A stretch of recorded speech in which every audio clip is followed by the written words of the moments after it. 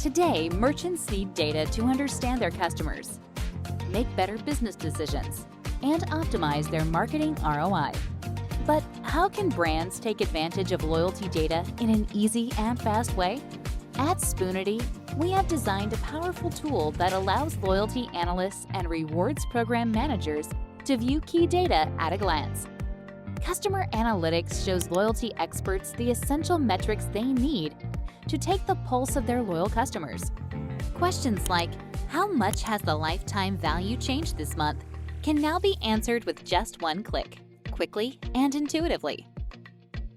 Locations Analytics helps understand the individual performance of each location, offering data such as active members, average ticket, or frequency. Merchants can also filter sales by channel, in-store or online, and compare data for different periods of time. And that is not all. What happens when program administrators need to assign different users different permissions to view or edit data?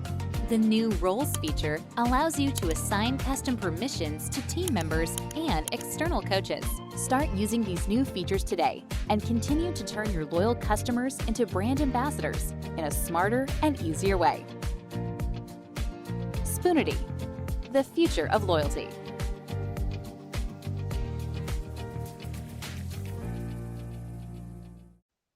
Hi, everyone, and welcome to our webinar. I'm extremely excited to share with you some of the tools that we've been working on really hard over the last quarter inside the Spoonity platform. Now, we all know how important data is inside of your business, whether it be understanding how your customers are behaving, making better decisions, or optimizing your marketing ROI. And that's why I'm excited today to talk about some of the tools that we've created for you to do that in a faster, simpler, and more secure way. There are three tools specifically that I'm going to touch on. First is the customer analytics, second is the locations analytics, and last is the roles and permissions management for more securely managing who has access to information inside of the dashboard. Next, after that, we'll have Santiago Gomez, our Director of Business Intelligence, join us to talk about some of the strategies behind the metrics that we introduced to the dashboard, what they're for, how to evaluate them, and some tips on improving some of the metrics if you find that they're not performing as well as you'd expect. And with that, let's dive into our first dashboard. So by going to the dashboard and navigating to the Customers tab, we can see the analytics right away, seeing total customers, total subscribers, or people who have opted in for communication, as well as the lifetime value. Now below that, we have a tool for changing the date range. If you want to select a range of the last 30 days or the last 7 days, or even specify a custom date range that meets your specific requirements. Beside that, we have a comparison where you can see the data compared to a previous period. So if you take the last 30 days, for example, and compare it to the previous period, it'd be the 30 days prior to that. Or alternatively, you can compare it to the previous year and see how the last 30 days compare to the same date range last year. When it comes to the metric, you can see the metric displayed in large bold letters. You can see the comparison against the previous period or the previous year shown above, and then you can see an indicator whether the metric is performing better or worse from the current period to the previous period. If you have any questions about the metric, you can always just hover over and it'll give you a brief description as to what that metric represents. Now, we'll get into the details more specifically about some of these, like the acquisition rate and the retention rate later on in the discussion. For now, I'll transition over to the locations page where we can see sales analytics. Here you can see your overall sales. You can see your number of receipts or number of transactions, your average ticket, and your unique active members. Again, you'll have the same date selection where you can specify what period you want to review. Now, the difference here is you can actually specify if you have online ordering, you can specify if you want to view online ordering sales trends, or you can view in-store only sales trends, or you can view them all together combined. And again, you can compare that to the previous period or to the previous year.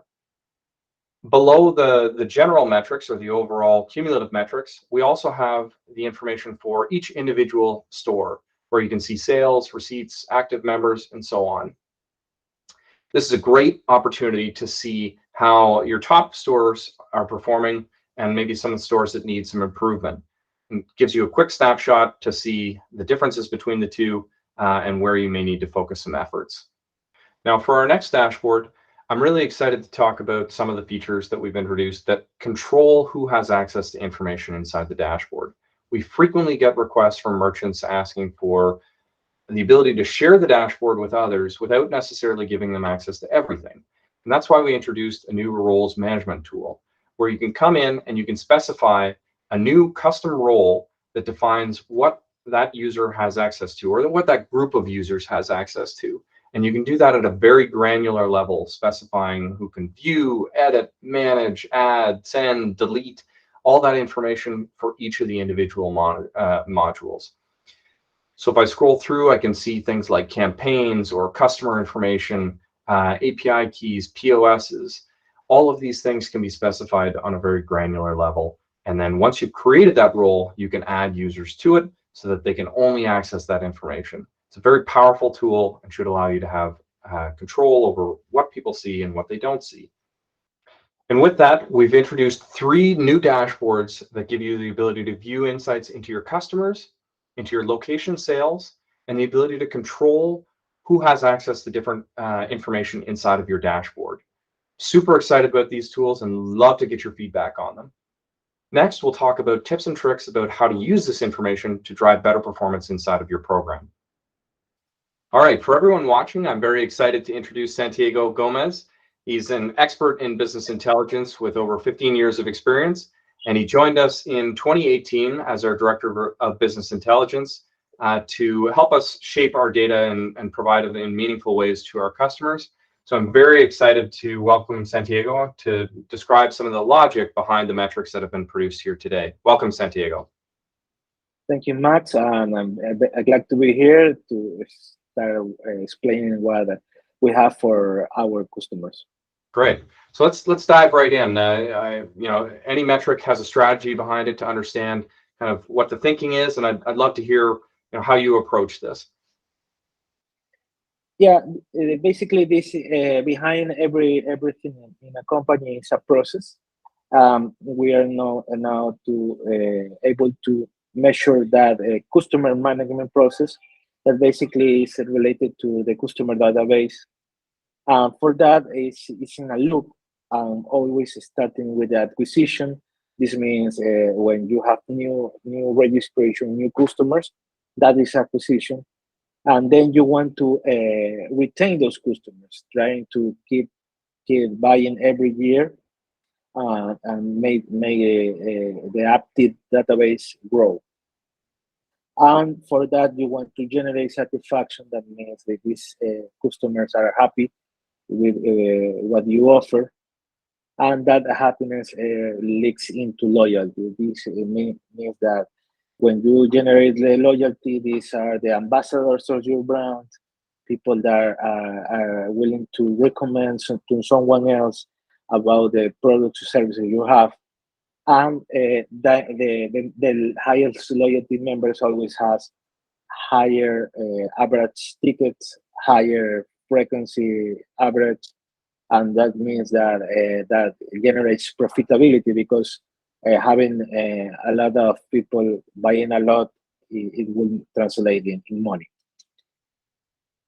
So for all this to work, there needs a strategy, and the strategy is to start doing some strategy. You need to measure that, and for that are the indicators.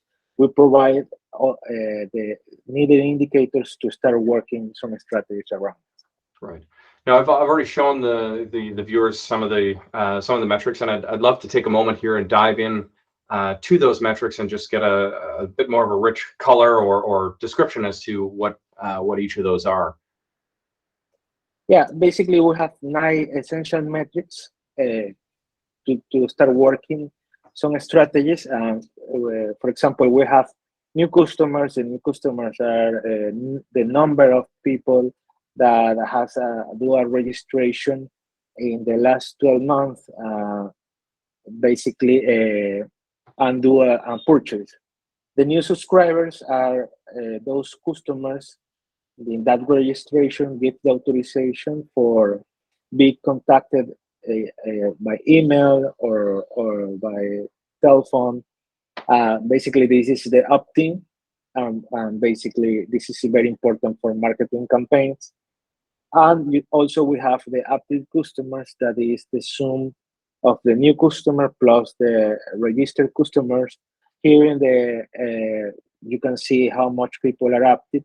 And here I want to tell about the filtering, because all these metrics are have some filters that basically we have some fixed filters. For example, the current year, the previous year, the current month, the current quarter, but also having a custom where you can define the initial date and the end date, and with that you can see all these metrics in any period you want. Hmm.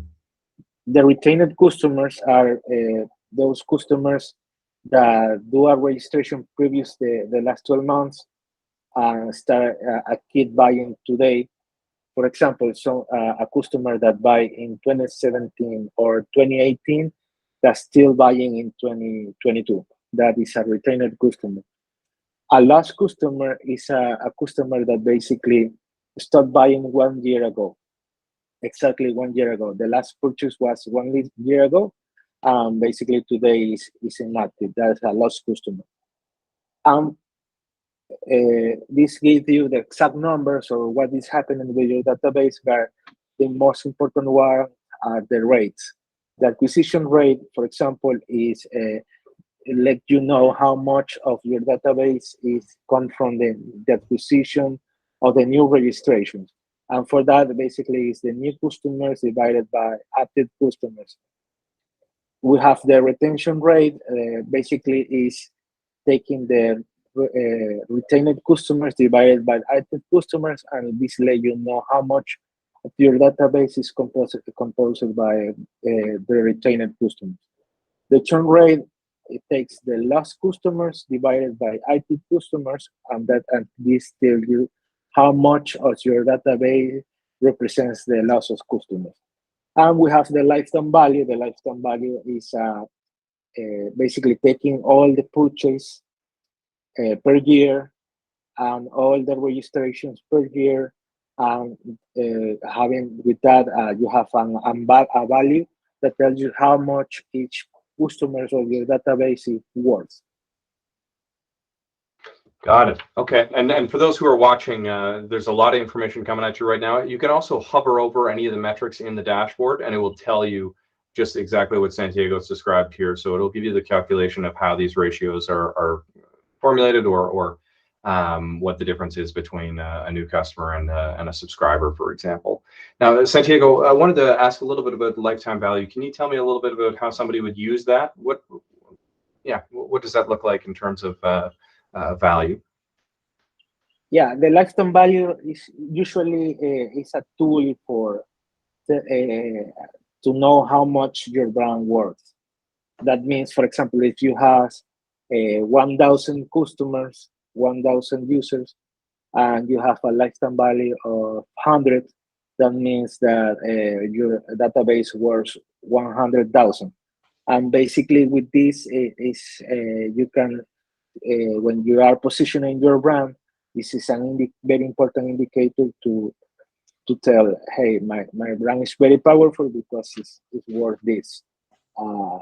That's something that I also seeing an increasement in this lifetime value. That means that you are doing the things well, generating more profitability to your business. Got it. Okay. Yeah. So it's almost determining the value of your loyalty program, and telling you exactly what it's worth. Cool. Okay. Now, we talked about a couple different rates, and I know in the past we've had conversations about good performance and maybe areas of improvements for the business. Just for those watching, I'd love if you could walk us through kind of what is good performance, what is not good performance, and how can we tell? Okay, for this, basically there is a combination of the rates, which telling you what is happening with your program. For example, your loyalty program is growing when your acquisition rate is 30% or higher, your retention rate is 40% or higher, and your churn rate is 50% or lower.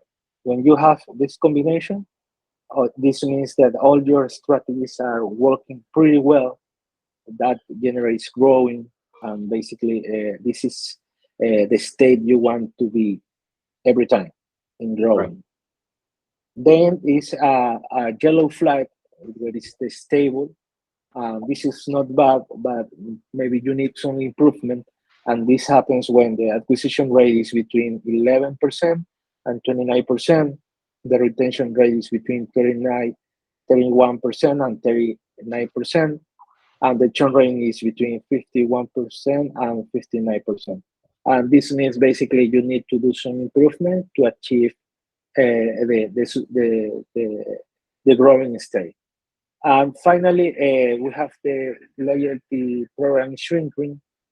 When your acquisition rate is 10% or lower, that means that your strategies for obtaining new customers are not working.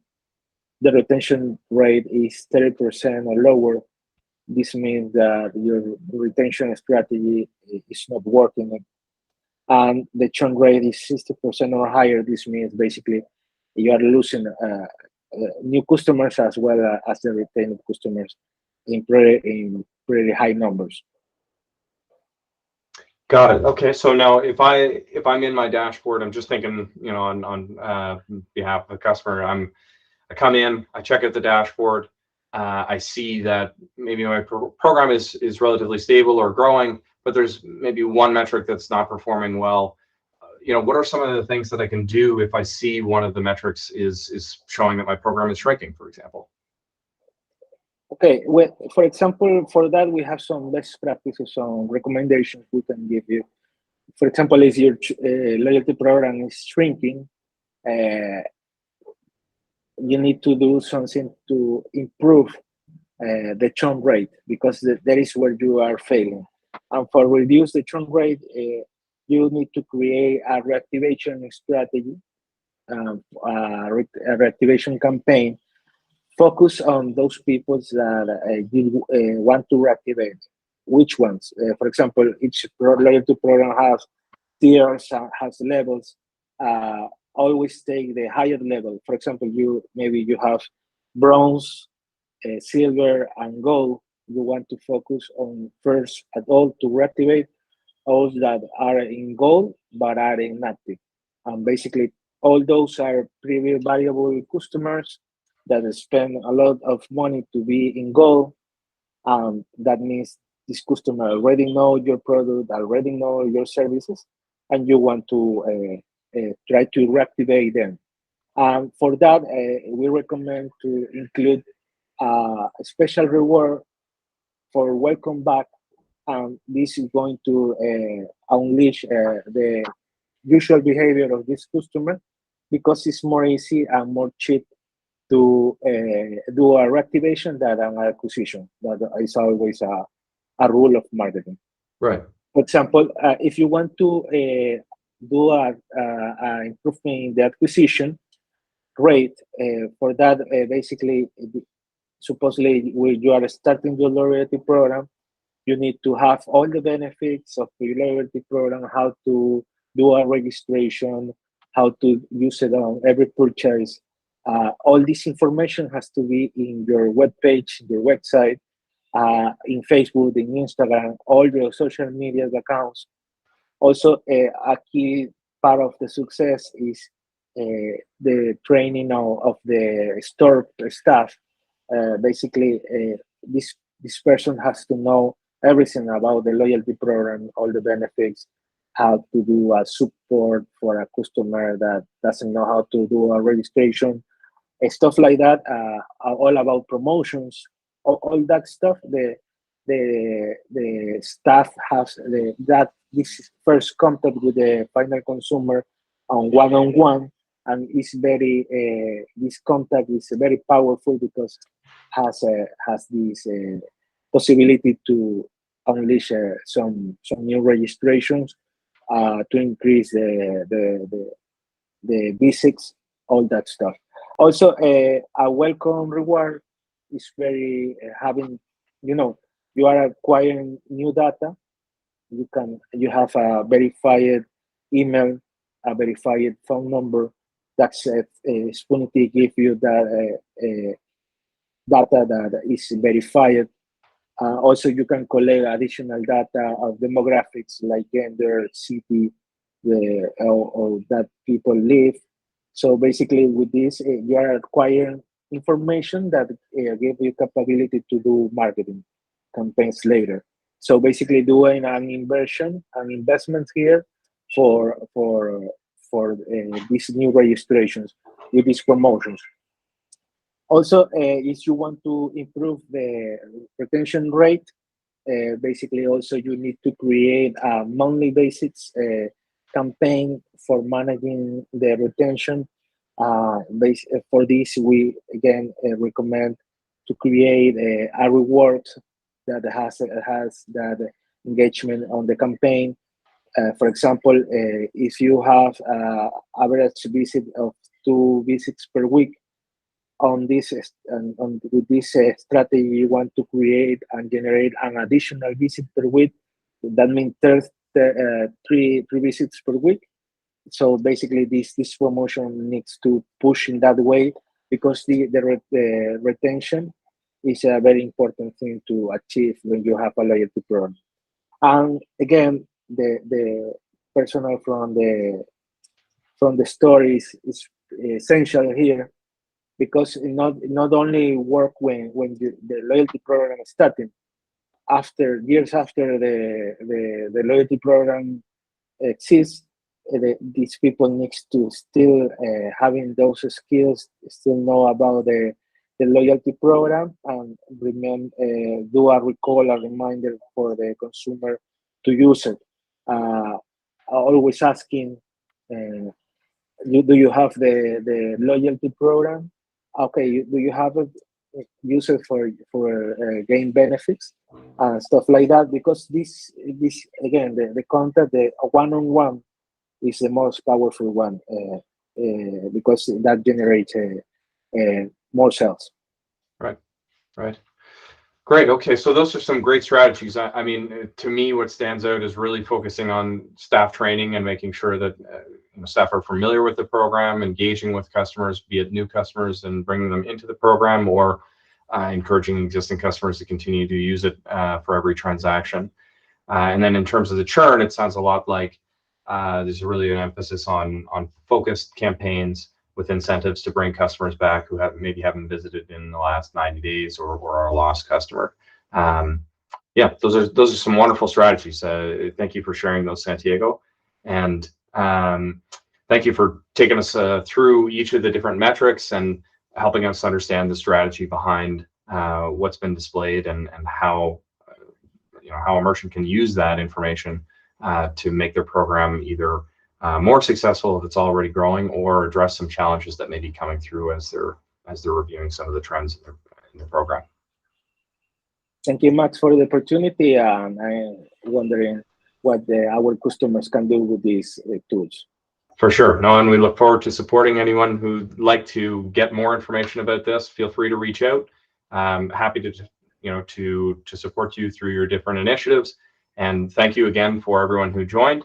Looking forward to giving you the next update, and keep an eye out for our event later on at the end of the third quarter. All right, for now, everyone, Santiago, and everyone watching, thank you very much for joining, and have a wonderful day. Thank you. Have a good day. Bye.